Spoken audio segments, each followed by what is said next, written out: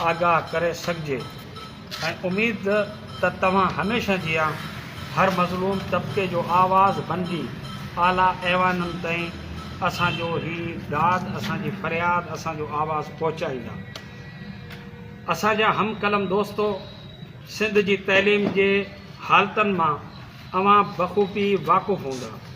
उन सिलसिले में all Sindh primary teachers association petroleum ज़िलो सांगड़ 18/4/2024 काल्ह ज़िले जी वर्किंग कमेटी जो इजलास रखियो हो, जंहिंमें सिंध जे स्कूलनि, सिंध जे मज़लूम माण्हुनि जे ॿारनि जी तइलीमी ज़रूरतनि, उस्तादनि जे मसइलनि ते मुकमल गौर ऐं फ़िक्र कयो वियो। जंहिंखां पोइ इहो फ़ैसिलो कयो वियो त सिंध जे तइलीमी ज़रूरतनि, इंतिज़ामी मामलनि, उस्तादनि जे माली मराहतनि जी पेचीदगियुनि जो तफ़सीली जाइज़ो वठंदे इहे अवां अॻियां सबब पेश करियूं त सिंध जी तइलीम खे नुक़सानु पहुचाईंदड़ ज़िम्मेवार कहिड़ा किरदार आहिनि, उन्हनि खे वाइको करे सघूं।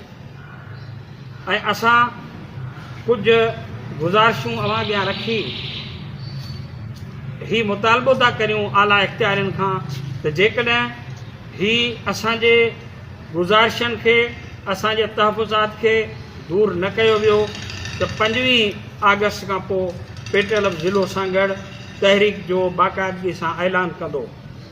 मसइला सिंध जे स्कूलनि में गुज़िरियल 20 सालनि खां बुनियादी सहूलतनि जी खोट आहे। सिंध जा स्कूल महरूम आहिनि।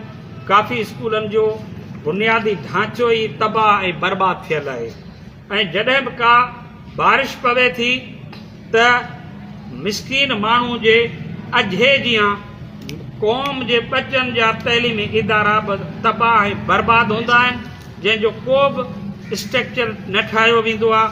अरबें रुपया उन जी बहाली जे लाइ रखिया विया, पर अॼु ॾींहं ताईं को बि मनसूबो मुकमल न थियो आहे। जी खोट आहे। फर्नीचर जे लाइ हर डिवीज़न में तक़रीबन 40 करोड़ खां 30 करोड़ खां 40 करोड़ आया आहिनि।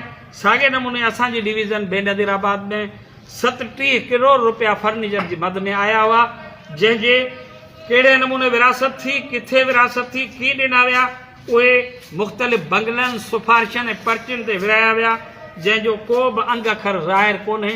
इहे पैसा गबन कया विया।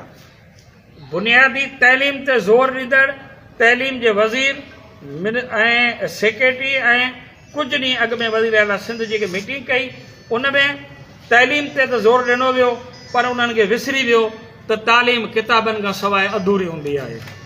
त किताबनि जी खोट अॼु बि असां वटि इहा आहे त किताब 100% जिते असांजी इनरोलमेंट आहे। हिकिड़े स्कूल में जेकॾहिं 300 ॿार पढ़नि था, जंहिंजा अंग अखर असांखां बार बार पुछनि था, उते असांखे ईअं वञी सम्झो त जेकॾहिं किथे 40, किथे 80, किथे 90 किताब ॾिना विया।